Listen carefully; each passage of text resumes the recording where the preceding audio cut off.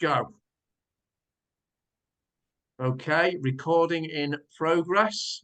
I'm Dave. This is Paul. This is part 2 of our new podcast, which we think we've called An Englishman, an Irishman, and a Load of Bollocks. So part 1, if you've watched it, quite well received, where I spoke to Paul, and there was quite a lot that we didn't get to cover. So we're doing a part 2, which is obviously tonight's episode. So you'll be able to watch this on YouTube. You'll also be able to watch or listen to it on Spotify as well. Links in the description. So please do subscribe. I'm going to crack straight on. So Paul, hope you're good. Yeah, I'm grand. How are you? How's Diamond? Right. Yeah, Diamond's doing well. Yeah, so Diamond, the new puppy, is great. Yeah. He's just asleep on the couch. Yeah. And a hot water bottle, so they're happy. if we roll out of ideas, we'll just bring him on. Yeah, exactly. Exactly. So what I thought we'd do is following on from the first episode, are we going to call it that? First episode. Yeah. So if anyone's not watched it, please watch it first. Link in the description. I thought we'd pick up in February, March 2020. That was a point in time in the world when a lot of people, suddenly their illusions were shattered. Or when I say suddenly, over the coming days, weeks and months, their illusions of what they thought the world was shattered. Who they thought the community was, what their country was. So their worldview was challenged to such an incredible extent and has continued to be. I wanted to pick up there to ask you how you interpreted world events in February, March 2020. And crucially, I wanted to ask you as well, in the days, weeks, months and years that have followed, what new things have you learned about your country, your society, your culture in Ireland? And how has that changed your worldview and your place within the world? So over to you. Thanks for the nice, simple question, Dave. Straight in with it. Obviously part 1 was with my life experience, with my life events and childhood, that I was able to smell the rat maybe quicker and easier. So I was a little bit hyper when I saw what was coming out of China. Do you remember the images of people dropping dead? Yeah, remember you were seeing images of people dropping dead, and it was on mainstream media. I was like, okay, clearly people are going to look at this and question things and maybe mock at it. But people were shocked. So I was thinking, okay, this is a bit strange. And then we saw the images of trucks in northern Italy. And again, that was another one. I was like, come on now. Surely people would go, okay, there's something going on here, but it's obviously to instill fear in people. So I was looking at that from the angle of there's clearly nudge units at play here. The Susan Michis of this world. Like it was a master class from the Tavistock Institute, wasn't it? In terms of those, do you remember the initial days, which was we had people dropping dead in China, the trucks in Italy. We had images in New York where I think there was dead bodies. They'd run out of space, So they did give a master class in ramping up the fear. They went straight in, didn't they? Oh, it was very visual as well, wasn't it? Was very visual, to make it very real, Yeah, and I kept going, come on now, surely people will maybe put 2 and 2 say this isn't making sense. But people went the opposite. People literally took it on board. I'm like, this is really, really serious. And without any, again, what you talked about earlier, without any rational thought or questions. Yeah, and it just steamrolled, didn't it? It just steamrolled into days went into weeks, and then weeks went into months. In Ireland, I remember in the early days and weeks, again, when I was trying to get my head wrapped around it as well, with those from China to Italy, then to Ireland, I remember the local paper ran a story, and this was maybe February, March, of a fella in his 30s, and he had as John Waters says, the COVID. And he was telling this story about the ambulance. It was like a little sob story. The ambulance came to his house, and he was in his 30s, and he thought he was going to die, and he was saying goodbye to his kids, the ambulance. And I remember one thing from that story was there was a picture of him, and I don't mean to be personal, but he had a Man United jersey bet onto him. I mean, he was like the Irish version of Jimmy Five Bellies. And I was thinking to myself, do you know what? Like, I think this character guy. he was, by the way, Jimmy Five Bellies. Yeah, exactly. No disrespect to Jimmy Five Bellies. Yeah. But you know what I mean? And I was again, I was looking at this story on my local newspaper, thinking to myself, again, come on now. This guy is clearly either there's mental health issues here, there's either attention seeking, he's maybe a hypochondriac, you know. And it was this little story as well. And again, it was just rampant, wasn't it? Again, we talk about mass formation, mass psycho. It happens. It was like a cloud just came on the country. And it was Did like you a have the spell. dancing doctors and nurses as well, Paul, in Oh Ireland? my God. Yeah, the Oh, we TikTok dancers. did. Yeah. Yeah. That was the TikTok, biggest red flag of all to me, that was a huge red flag. I have a nursing background. And don't get me started, Dave. I'm a bit ranty already. Don't get me started on this idea of frontline workers. Frontline. Are you serious? Yeah. Like they're in a war. Frontline. Like they're in the trenches in the First World War. Exactly. Yeah. I was reading there recently about the first day of the Battle of the Somme, the first hour of the Battle of the Somme, and the first day of the Battle of the Somme. It was mass slaughter. They were frontline men. They were soldiers. Yeah. This wasn't. But again, that was part of the behavioral science behind this, the psychology, the nudge unit tactics, which was to get the health workers on board with little plaudits like you're heroes, you're going into war. It was dark, wasn't it? You kind of do forget how crazy and how it was so fast, wasn't it? You know. It was so at the same time, the propaganda was so overt, but also so subliminal. And it was so multi-pronged. It was so relentless. It was so all-encompassing.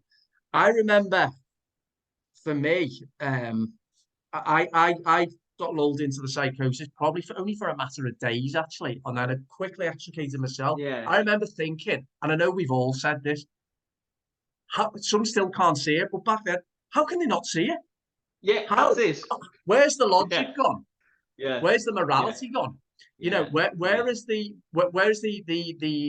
basic ability to be able to spot the quite obvious contradictions? I wanted to ask you as well, Paul, as the weeks and months went by, I mean, my understanding, I've obviously spoken to you a lot, is that Ireland had one of the strictest lockdowns in the entire world. I think it was the last country in Europe to allow indoor eating in pubs as well, things like that. Shame on Ireland.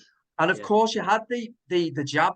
I know you call them the slave passports, which is absolutely appropriate. Disgusting.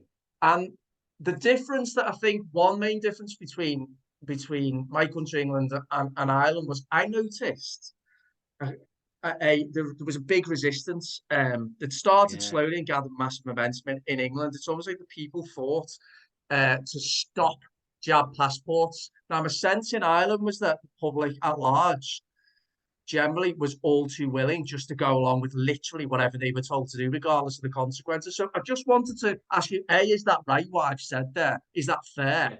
B, how did that affect you? And how has that changed the way you see, if it has, Ireland and Irish people and Irish society in the 21st century?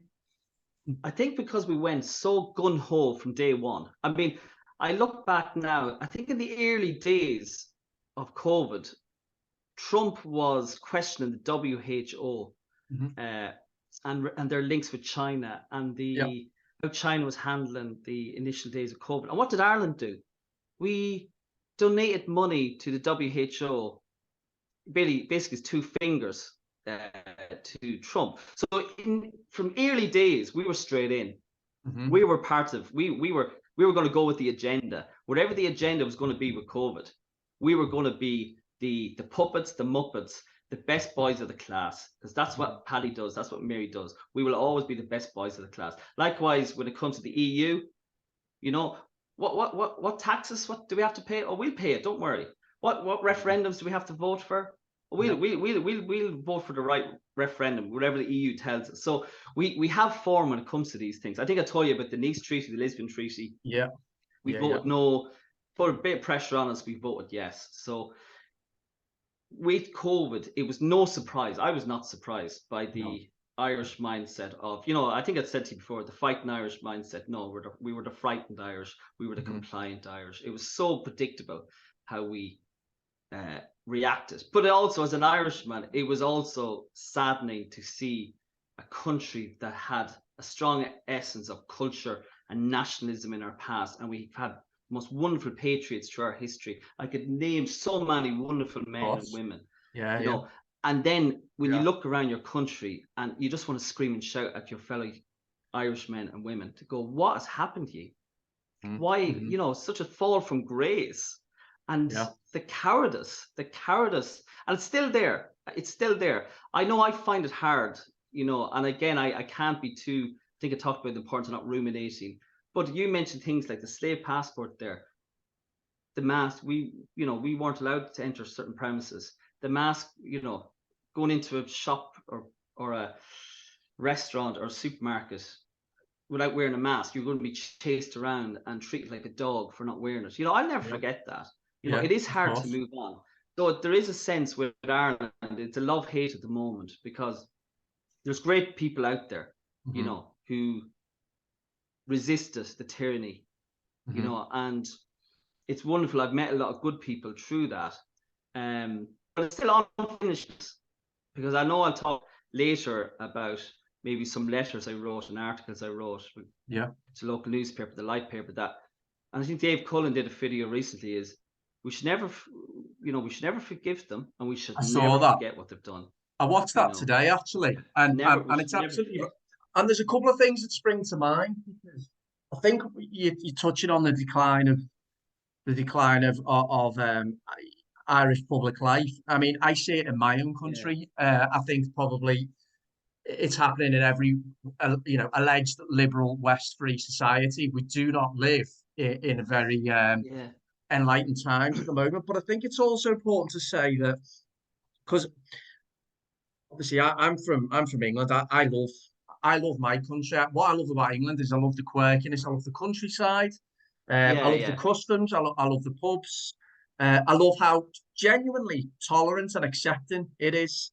I love how much we've contributed to art, literature, science, engineering, education, everything. I love the history. I love it. But I also recognise that this society that we've got right now in this generation is letting itself down badly. And I know you, that as an Irishman, that you love your country as well. I know this because obviously we're good friends and we talk about all this.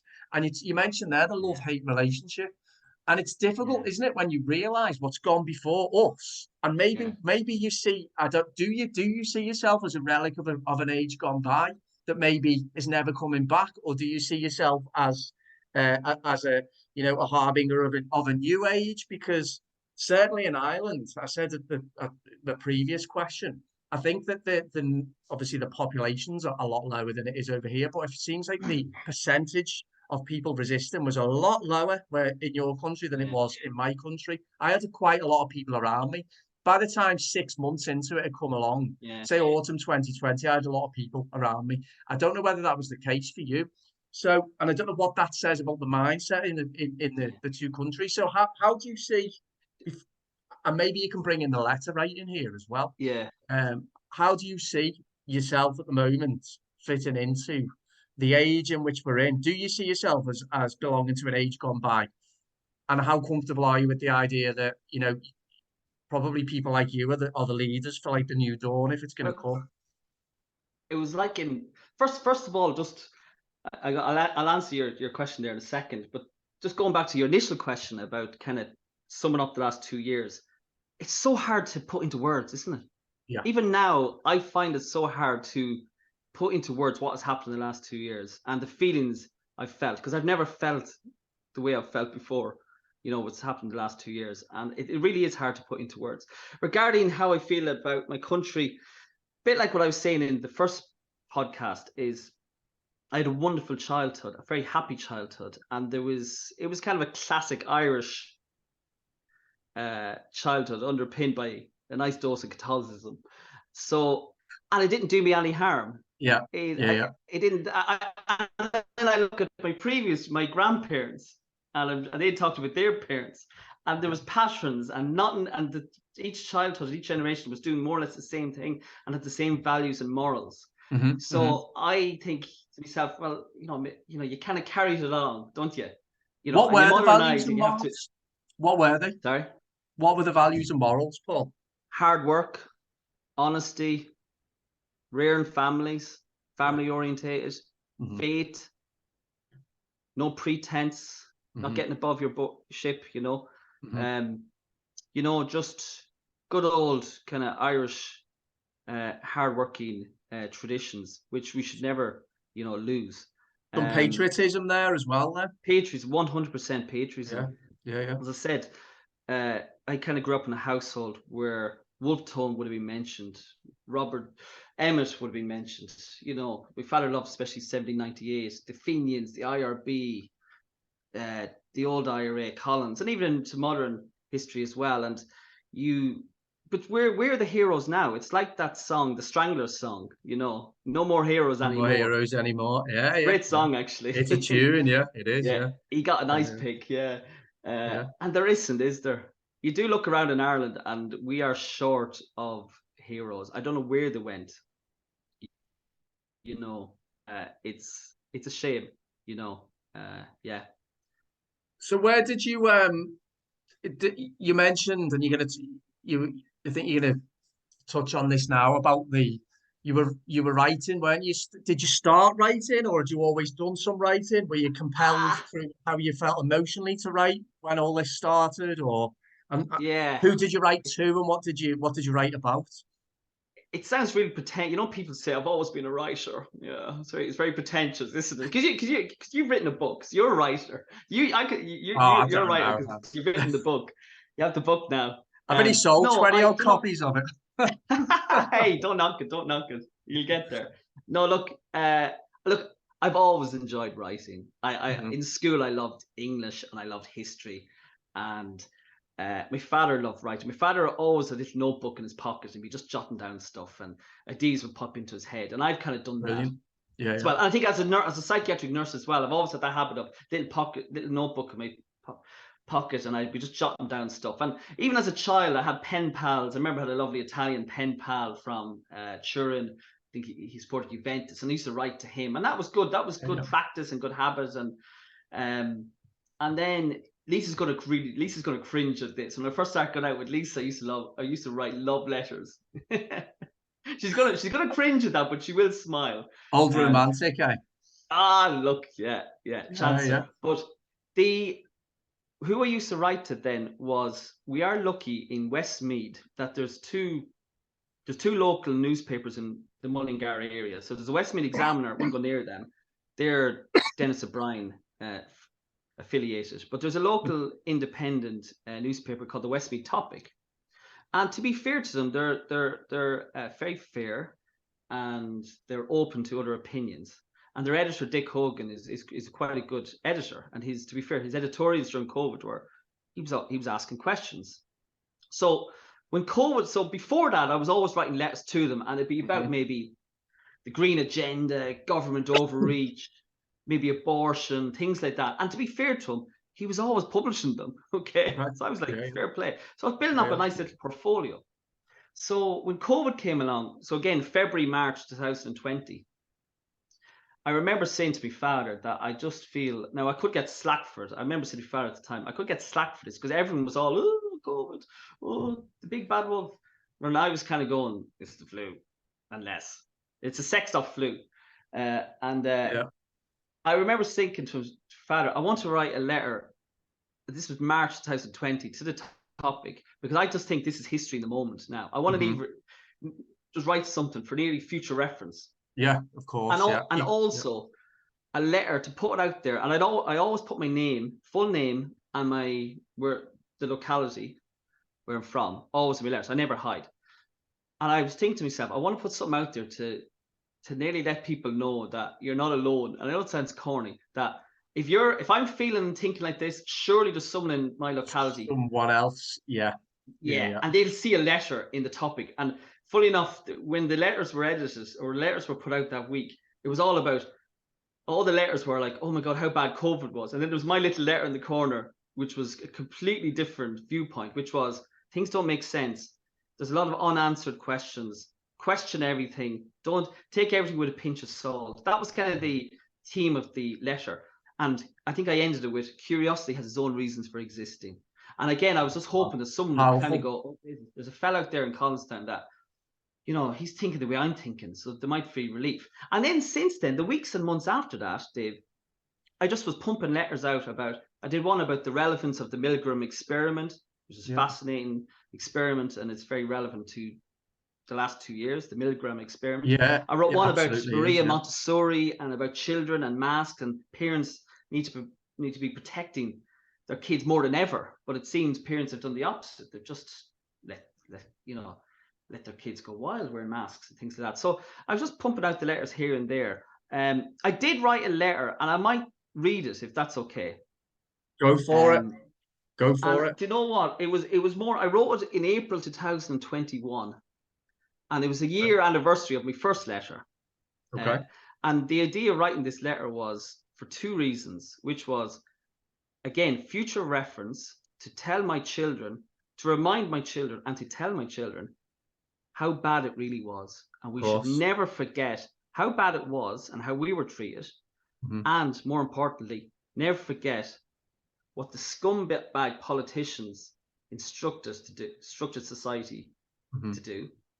What the scumbag media did, the complicit scumbag media in their silence, the cowardly healthcare staff who did nothing and stood back and questioned little, and obviously a public that accepted it. I will never forget the public and how they accepted everything.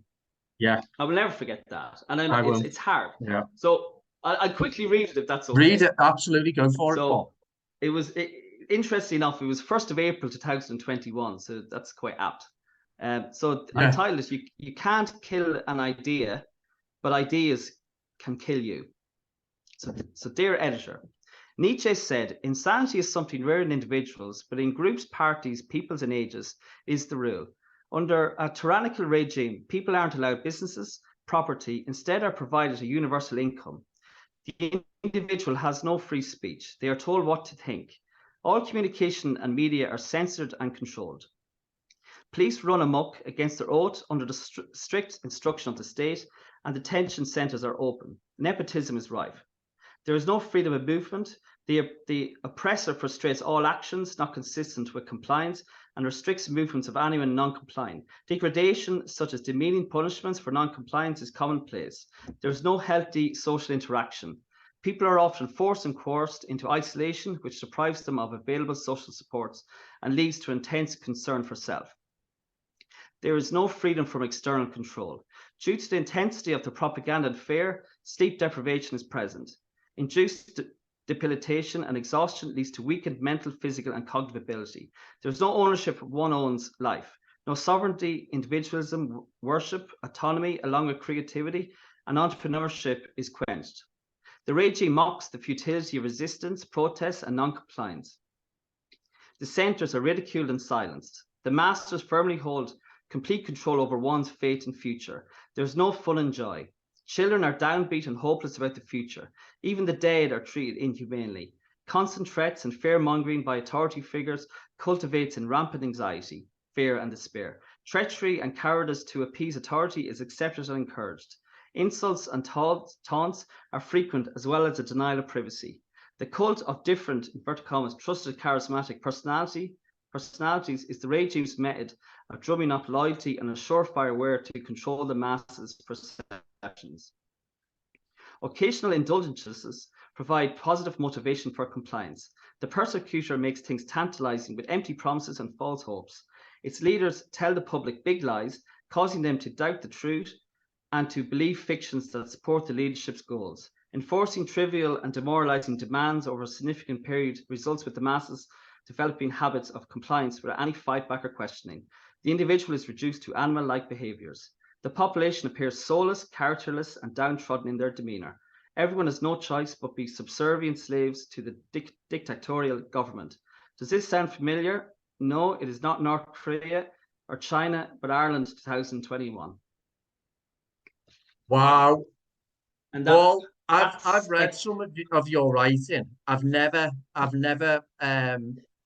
the, is it the pleasure? I've never read that or heard you read that out now. That is incredible in its impact because it is so descriptive of I think the many criteria that need to be fulfilled in order for a society to accept totalitarianism. And totalitarianism, as you rightly say in that letter, is what has happened in Ireland and in my country and across the Western world, from the propaganda to the ripping apart of the social fabric, to the gaslighting, to the isolation, to the coercement, to the despair, to the zombification, to the nihilism, to the narcissism, to the utter depravity. You've covered it. That letter is incredible. That is absolutely amazing. Just when you asked me at the start that, like, about what happened in Ireland, that's, I needed to put everything into that letter about what happened as much as I could, because we should, as I said, we should never forget what they did. You know, absolutely, because there'll always be revisionists in history. There's always revisionists around, isn't there? And they'll try and pull the wool over people's eyes about what really happened. And then again, I think, as I said in Ireland, we have this sure attitude. You'll have in years to come, people will be sitting in the pub going, sure, was it that bad? Really, was it? It's kind of already happening, isn't it now? You know, we've talked about, I think, and the revisionism is taking, in my opinion, well, I'm going to get to the next question in a minute because I know the time's running out, but the revisionism seems to be taking the form of just ignoring what's happened in the last couple of years now in the hope that it'll go away. So that it'll fade in the individual's memory and the society's memory. And again, it's such a cliche, and I don't know who said it, but it is so true. Those who do not learn from history are doomed to repeat it, and it will happen, whether in 6 months, 6 years, or 60 years, it will happen again. But that letter is absolutely amazing, right? We've got 10 minutes left, Paul, because I wanted to ask you. So, as that letter exemplifies there, it's a great letter. It's an amazing letter written by an incredible person. Now, behind every great man is a great woman. So I want to bring Lisa in. I want to bring Lisa in here, and I know also. You wanted to talk about your dad, who I know sadly passed away about 15 months, 16 months away, didn't he? So just in terms of their influence, your dad's influence on your life, and Lisa as well. I've met Lisa. She was absolutely great. I know when we met up, her and Sarah probably had a little few glasses of wine and shared their sob stories about us two, didn't they? You know? If you can just tell me a little bit more about your dad and Lisa, really. Yeah, well, just talking about Lisa and Sarah, that like they're Real Madrid and we're Tranmere Rovers, isn't that it? I don't even know if we go that far, to be honest. But so, do you know like what? Yeah, definitely. Yeah, we're punching. But anyway. You mentioned Lisa and Daddy in the same sentence, and Lisa, Daddy adored Lisa, and there's a bit of a story actually. I don't mind that. I know we have a few minutes, but I was in 2008. I was studying to be a nurse in DCU, and typically it's a real country thing. I was studying up in Dublin, and Daddy went up to help me with my bags for my bed sit a few days before starting college. Even though I lived in London a few years before, I said, Daddy, be grand. He said, no, I'll help you now and get you settled in. And anyway, he did. We went up to the train from Mullingar, and he helped me with the bags to my digs. And then I was seeing him off the train, and I said, sure, we'll have a few pints before you get on the train back to Mullingar. So we went to a famous Dublin pub. It's called Malloy's. On Talbot Street, you know, it's one of those pubs you walk in. It's always a good sign of a pub. Everyone's drinking Guinness, so they serve a good pint, and it's beside a Bucky's, and so we were sorted. Anyway, and we were sitting down having a few pints, and Daddy was kind of giving me the pep talk of starting college, because it was my second rodeo at college, university. And he said, now you know yourself now, don't go too hard in the drink now. Just stick to the ale or the port Guinness, and the gambling now. Just do your fiver bets, and don't do those silly accumulators, and make sure to ring your mother once a week. And he gave me he threw me a book, famous Flanner Breen book, at Swim Two Birds. And then anyway, that was typically Daddy. And then as we were getting up to go, I was seeing him off at the train station. He just casually said to me, he said, "You never know, you might meet your future wife the next day or two." And I looked at him. Not Nostradamus there. Yeah, Nostradamus there. And I kind of looked at him, and it just came out of nowhere. And I just went, oh, okay, right, okay. That's a strange thing to say. And anyway, I just went anyway. And then anyway, started college 2 days later, and I was in the nursing building, and there was two people in front of me talking about Bryan Adams. And I'd normally be quite a shy person. I wouldn't like just jump into a conversation with two people. And I just said, "Bryan Adams, actually, he's just rock for girls, isn't he? He's no good. He's just rock music for girls." And Lisa turned around, and we just ended up chatting, and she just laughed. And that's where if you want to say this is the love story segment, this is where the love story started. And she moved in to my digs 2 weeks later, and we studied together. It was kind of a unique relationship in the sense that we met in the first week of nursing college, which is a 4-year degree, 4-year intensive course. You're in placement, you're doing 12-hour shifts. There's a lot of work to that degree, but we worked brilliant together. It was the making of us, and I'm probably the only student in Ireland, in the world, that's went to university and has never done a reference list. Because I always used to say to Lisa, I'll treat you to dinner if you do my reference list. I remember that bloody referencing, yeah, Harvard referencing list. Yeah. And just going back to my father, so we had a good relationship, great relationship. Me and Lisa, we fell in love, and at the same time we were doing a nursing course together. So we really worked well together in that sense. And anyway, married in 2014, and I'm just thinking, you mentioned my father and you mentioned Lisa, and I remember on my wedding day, this sums up Daddy, and it sums up Lisa. As I was writing my wedding speech in the morning of my wedding, I went to, and Daddy was always just very understated, and he was just so quick. His mind was just working at a different level. I just said, "Daddy, is there anything to say about Lisa that I should say?" And he just said, Daddy loved John Keats, the poet John Keats. And he just said, "A thing of beauty is a joy forever." And he said, "That's all you need to say, Paul.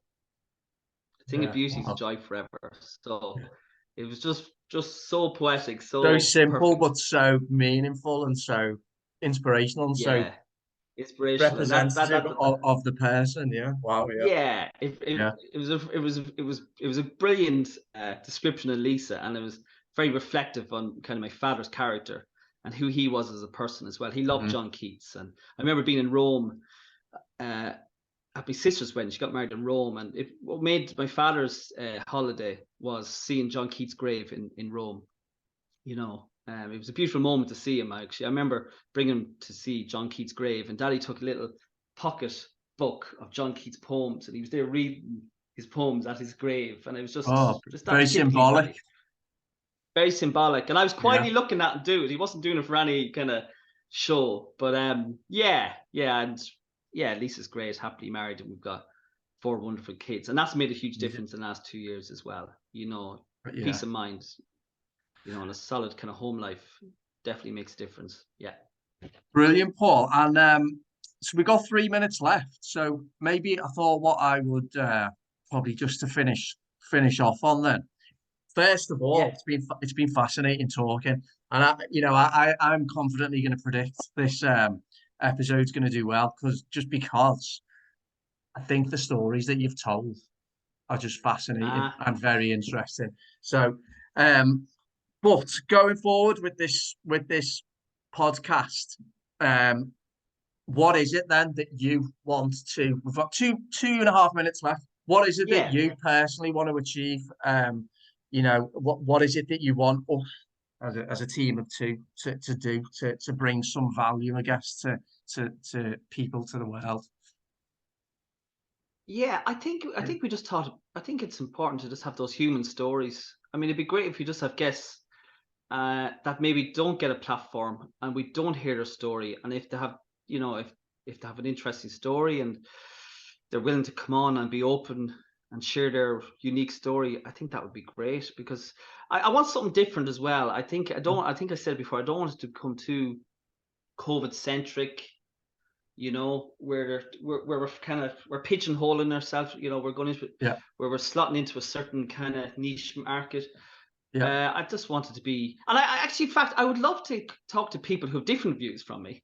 Yeah. You Yeah. know, Yeah. Yeah. who, you know, have completely conflicting views. You know, that Yeah. would be, because I think you're putting yourself.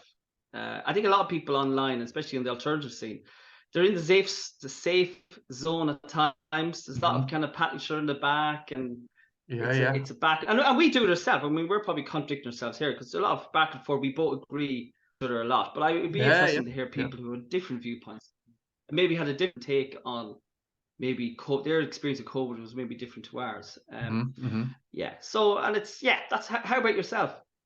Yeah, same really. I think you know, I talk, you know, I talk about it all the time. Like we need more connection, we need more community, we need more conversation in the world, in modern society. We need to relearn those three concepts. So yeah, just talking, debating, as you say. And if Yeah. anybody, we've got less than 1 minute now, so I'm going to hang up on this call. Anybody who would love to be a guest, who'd like to be a guest, click on the email. Paul's going to be answering the email, so the email's in the description.